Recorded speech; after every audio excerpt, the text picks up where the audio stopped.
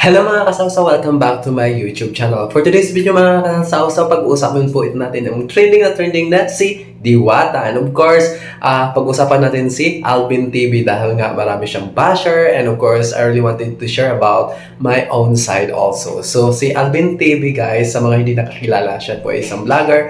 And of course, maraming nagbabash sa kanya kasi nga, di ba, napaka-close nila ni Diwata Paris Overload. And of course, si Diwata nung 2 days ago, in-explain niya talaga kasi may nagtatanong kung bakit may relasyon ba daw. Relasyon! So nakakaloka mga kasawsaw dahil nga talagang trending itong si Alvin TV at ang dami talaga niyang basher mga kasawsaw dahil kumita nga daw ito ng milyones.